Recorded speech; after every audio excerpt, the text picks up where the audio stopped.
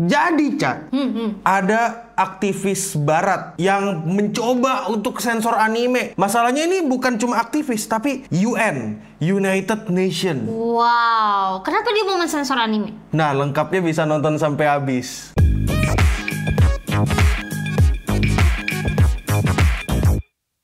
Selamat datang di Berita Lain, di mana kita akan memberitakan anime, games, manga, musik, dan berita yang lain. Ya, pokoknya berita tentang para nerd untuk geek kayak kita yang wibu-wibu lah ya. Wibu gaul gitu. Enggak gaul-gaul amat sih. Iya, tapi yang begitu. Berita pertama, ada berita dari organisasi UN yang dimana mereka itu mau mencoba untuk sensor anime. UN itu kepanjangannya apa? UN tuh United Nation harusnya ya. Kayak PBB gitulah bahasa gampangnya. Dan mereka ini kan punya organisasi juga yang namanya CEDAW. Kepanjangannya itu Committee of the Elimination of Discrimination Against Women. Nah, jadi sebenarnya dari namanya cukup baik. Iya kan? Tapi mereka ini berusaha untuk nyensor anime karena katanya anime itu mengandung ketidaksetaraan gender, terus habis itu mengandung kekerasan. Bukan cuma anime ya. Gimana? Ya terlalu fokusnya ke karakter cowok, apa segala gitu loh. Karakter cewek cuma jadi apa gitu. MC-nya jarang ada yang cewek. Mungkin kayak gitu. Aku juga nggak ngerti sebenarnya objektif mereka apa. Cuma kalau di sini mereka itu intinya pengen mengurangi sesuatu yang negatif seperti itu. Cuma mereka lupa tujuannya satu. Baik sih. Baik. Cuma mereka lupa satu hal. Apa tuh? Anime itu fiksi. Bener sih, itu kan cuma cerita doang. Iya, bahkan gambarnya bukan gambar manusia gitu. Aku jadi kadang-kadang agak berpikir kenapa mereka nggak berfokus ke real problem. Kenapa tiba-tiba datang ke anime? Itu kalau pikiranku. Ternyata yang punya pikiran sama kayak aku bukan cuma aku, tapi ada orang Jepangnya langsung. Karena Jepangnya langsung juga berpikir seperti itu. Betul. Jadi Jepang itu rencananya emang pengen ngedatengin mereka, pengen berunding lagi. Tapi kayaknya Jepang nggak peduli amat, jadi kayak nggak dihiraukan gitu. Kayak jadi protesnya, fuck off gitu katanya. Protesnya cuma kayak iya gitu. Iya, jadi kayak Jepang tuh don't even care about them. Ya, jadi aku ngerasa orang-orang sih yang ada di internet tuh ngerasanya kayak ya Jepang itu nggak peduli sama mereka gitu. Beberapa orang di internet anggapannya kayak gitu. Padahal ya, sebenarnya memang mungkin buat Jepang itu nggak bukan isu yang penting, masih ada isu yang lebih penting lagi daripada itu. Dan juga katanya kalau kata orang-orang di internet ini adalah upaya untuk membungkam atau mengopres budaya Jepang. Jadi tuduhannya mulai serius nih, mulai kemana-mana nih. Aku sendiri sebenarnya netral. Aku nggak mau mengambil pihak manapun, karena aku takut di cancel. Iya, sama. Ya gimana menurut kalian? Kalau menurut kalian kasih dong pendapat kalian. Biar yang di cancel bukan kami. Bukan kita, tapi kalian. Enggak sih, jangan sampai. Jangan sampai lah. Berita selanjutnya. Wih, kita langsung bareng. Chemistry. Ya, chemistry +1. Nah jadi, kau tahu nggak Oshinoko? Yang autornya pro player Apex. Iya, Oshinoko, terus habis itu Kaguya sama Love is War, ya kan. Dia tuh rencananya bikin manga baru. Dan katanya udah keluar. Nah, aku nggak tahu udah keluar apa belum, cuma judulnya yang udah keluar. Apa tuh judulnya? Judulnya adalah Merchant Crown. Itu, jadi maksudku gini. Ini fantasi princess gitu nggak sih? Iya, dulu kita udah pernah ngomongin. Tapi ini ternyata sudah diaktualisasikan. Jadi pro player ini jadi mangaka lagi akhirnya ya, setelah sekian lama. Nah, aku sendiri sebenarnya kayak agak bingung, sedikit ragu juga tipis-tipis karena sama si manga ini. Karena Kaguya sama Love is War sekolahan romance. Komedi. Oshinoko sekolahan juga. Ada sedikit romansnya, ada sedikit komedinya, ada fantasinya juga nggak gimana-gimana gitu. Iya, tapi oke lah. Fantasinya cuma sedikit doang di awal doang. Tapi secara overall di akhir manganya bagus. Iya, overall bagus. Dua-duanya itu pernah berada di puncak My Anime List. Iya. Jadi emang salah satu autor legenda lah ini. Nah, yang ini? Nggak tahu. Maksudnya tiba-tiba dari sekolah fantasi. Dunia isekai. Kalau dari artikel yang ku baca, katanya autornya ini terinspirasi dari fairy tale. Kalau menurut kalian sendiri, apakah kalian yakin dengan manga buatannya dia? Apakah kalian menunggu-nunggu? Apakah kalian menunggu-nunggu manga baru dari Aka Akasaka? Apakah bakal seperti Oshinoko? Jadi gimana menurut kalian? Coba komentar di bawah. Berita selanjutnya adalah ternyata ada sesuatu yang mengerikan yang terjadi. Apa tuh? Tahu nggak sih Kalau Enggak.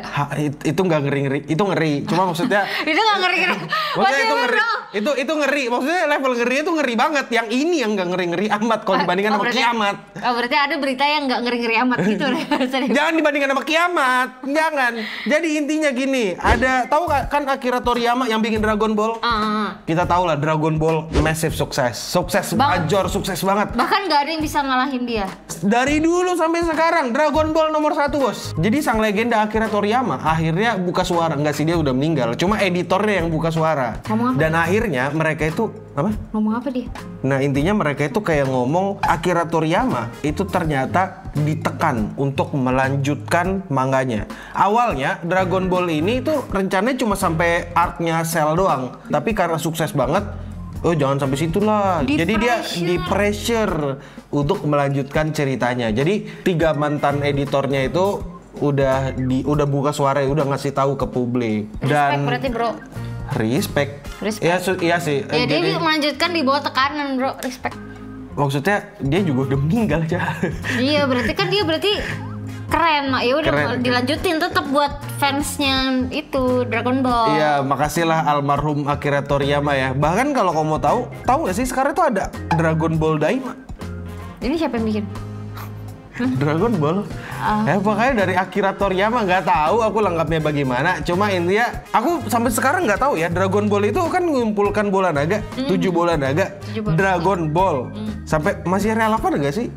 Dragon Ball-nya itu aku nggak nonton amat. Coba komentar di bawah, menurut kalian Dragon Ball itu ballnya masih relevan nggak? Berita selanjutnya adalah ada anime yang dulunya sepi. Dulunya rame. Terus habis itu sepi. Oh, gue tau. Apa? Attack on Titan. Attack on Titan dari awal sampai akhir itu selalu naik. Jujutsu Kaisen. Kenapa Jujutsu Kan Kaisen? animasinya sempat turun, sempat jelek. Enggak juga, dibilang jelek juga enggak. Cuma jadwal mereka kacau. Demon Slayer. Astagfirullahaladzim. Apa dong kalau kita? Tate no Yusa. Ini Rising of the Shield Hero. Tate no Yusa. Jadi season 1-nya bagus. Bagus banget apa bagus? Bagus. Cuma sampai setengahnya doang tapi. Setengahnya lagi? Setengahnya mid gitu kan. Terus habis itu season 2 jelek. Jelek banget. Habis itu katanya keseluruhan season. Keseluruhan season jelek. Habis itu season 3 katanya bagus. Katanya. Aku nonton sedikit doang, tapi ya emang bagus sih, lebih improve daripada yang kemarin. Season 4? Baru mau keluar katanya season 4-nya.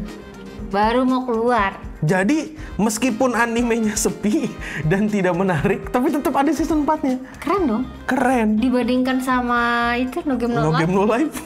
Season 2-nya aja nggak muncul-muncul. Sampai sekarang adanya movie, abis itu season 2-nya nggak ada, nggak tahu kemana. Saking desperate-nya ngeluarin ini berita season 2. Ya itu. Kita berharap. Itu para fansnya kopium lah. Tapi ceritanya bagus gak? Oke. Sampai selesai balas dendamnya bagus. Asal Sisanya. Sampai season 2 aneh. Nah, aku nggak paham nih. Mungkin kalian yang masih ngikutin Tate no Yusa bisa ceritakan sedikit-sedikit lah emang ada apa dengan anime ini. Siapa tahu season 4-nya bagus. Aku punya firasat season 4-nya bakal bagus karena seingatku di season 3 itu lumayan oke ceritanya, cuma nggak sempat kulanjutin. Berarti abis ini lanjutin dong. Bisa jadi kulanjutin. Gimana pendapat kalian? Apakah Tate no Yusa masih relevan untuk ditonton atau udah enggak? Atau kalian menantikan season 4-nya? Berita selanjutnya adalah berita yang menurutku agak parah ya? Ya, disturbing sedikit. Jadi dalam satu acara radio ada voice actor yang breakdown. Maksudnya kayak tiba-tiba entah itu dia mengeluarkan emosinya dalam acara radio secara live. Nah, jadi voice actor ini, aduh siapa namanya ya? Tapi dia tuh ngisi voice actor, dia tuh mengisi suara Sara dari Mushoku Tensei, sama ngisi suara Fumino dari Bokuben. Habis itu dia ngisi suara siapa lagi ya? Oh, pengisi suara Rose dari ini Eminence in Shadow. Nama voice aktornya itu Haruka Shiraishi. Dan dia alasannya kenapa dia breakdown itu karena waktu di acara radio live itu dia menceritakan pengalamannya dia yang dilecehkan gitu. 2 kali mengalami pelecehan di kereta. Kok bisa sih 2 kali? Di kereta? Iya di kereta. Masalahnya adalah ketika dia mau ngadu, dia nggak tahu mau ngadunya gimana. Dia ngerasa nggak berdaya gitu. Jadi ya 2 kali di hari yang berbeda, waktu yang berbeda. Aku nggak dapat detail lah, tapi kurang lebih dia dapat itu 2 kali. Aku ngerasa sedih. Dan emang di Jepang itu 40% kasusnya itu, kasus Di kereta. yang di kereta atau di in general, mereka itu emang nggak berani buat ngaduin. Emang gak ada petugasnya ya? Ada, jadi kalaupun misalnya mereka ngadu tuh mereka kayak ragu juga buat ngadu. Kayak takut dipandang salah, takut dipandang apa. Takutnya malah kayak, "Ih, lu sih gitu ya, disalahin Iya. balik ya. Takutnya gitu. Nah, gimana pendapat kalian tentang kasus ini? Berita selanjutnya adalah berita di Big mana? Iya, ada Big Three beneran, kan? ada Big Three. Kalau katanya Kendrick Lamar, motherfuck the Big Three, it just big me, gitu. Di Bleach, ngomongin Bleach. Oh, oke. Anime Kenapa, terbaik. Bleach? Anime terbaik? Kalau nggak ada One Piece dan Naruto. Nah, ini ya Bleach yang Thousand Year Blood War. Yang baru kemarin. Iya, pokoknya yang baru-baru aja kemarin. Ada berita nggak enak nih. Berita nggak enaknya adalah ternyata mereka baru aja ngemecat animation director. Kenapa gitu? Jadi gini, jadi ada beberapa spekulasi kenapa animation director ini dipecat. Pertama, kalau animation director sendiri bilang, dia itu bilangnya kayak dia dipecat karena cara bekerjanya tidak sesuai dengan kemauan atasan. Oh. Kurang lebih kayak gitu. Oke. Ya, yang Ada kedua, alasan lain nggak? nah yang kedua, ingat gak sih waktu itu beberapa waktu lalu kita ada ngomongin berita yang masalah studio period juga, Iya, yang dimana mereka itu pengen menerapkan kerja yang baik gitu, memastikan jadwalnya bagus. Itu ada tuh kita beritain juga. Mungkin ini asumsi kedua, si animation director ini nggak bisa ngikutin jadwal. Jadwalnya yang Yang anime untuk anime Bleach tadi. Atau yang ketiga bisa jadi dia sibuk. jadi belum tentu antara dia dikeluarkan apa dia yang Tapi yang pasti dia dikeluarkan. Oh, Dia tapi sendiri yang ngomong dia dipecat, iya. Masalahnya adalah dia ini adalah salah satu animation director yang cukup berpengaruh. Dia udah terlibat dalam 3 opening dan salah satu episode yang cukup notable di episode 36. Jadi, iya, keluarnya dia pasti bakal membawa pengaruh. jelas bakal membawa pengaruh. Setidaknya mereka harus buka lowongan pekerjaan baru Benar. buat ngisi kekosongan ya. Karena Dan pasti ngaruh juga ke di bisa jadi ngaruh ke dalam produksinya. selanjutnya. Betul. Soalnya gini, animator di Jepang itu aja udah talent yang langka. Apalagi animation director yang ngedirect Lebih langka lagi. anime gitu. Ya jelas langka. Jadi ya semoga di sini Bleach menemukan. bisa menemukan ya, dan semoga janjinya bisa ditepati gitu. Kalau mereka akan berbenah dan Season memastikan selanjutnya. kalau Bleach Thousand Year ini bakal bagus. Bakal bagus.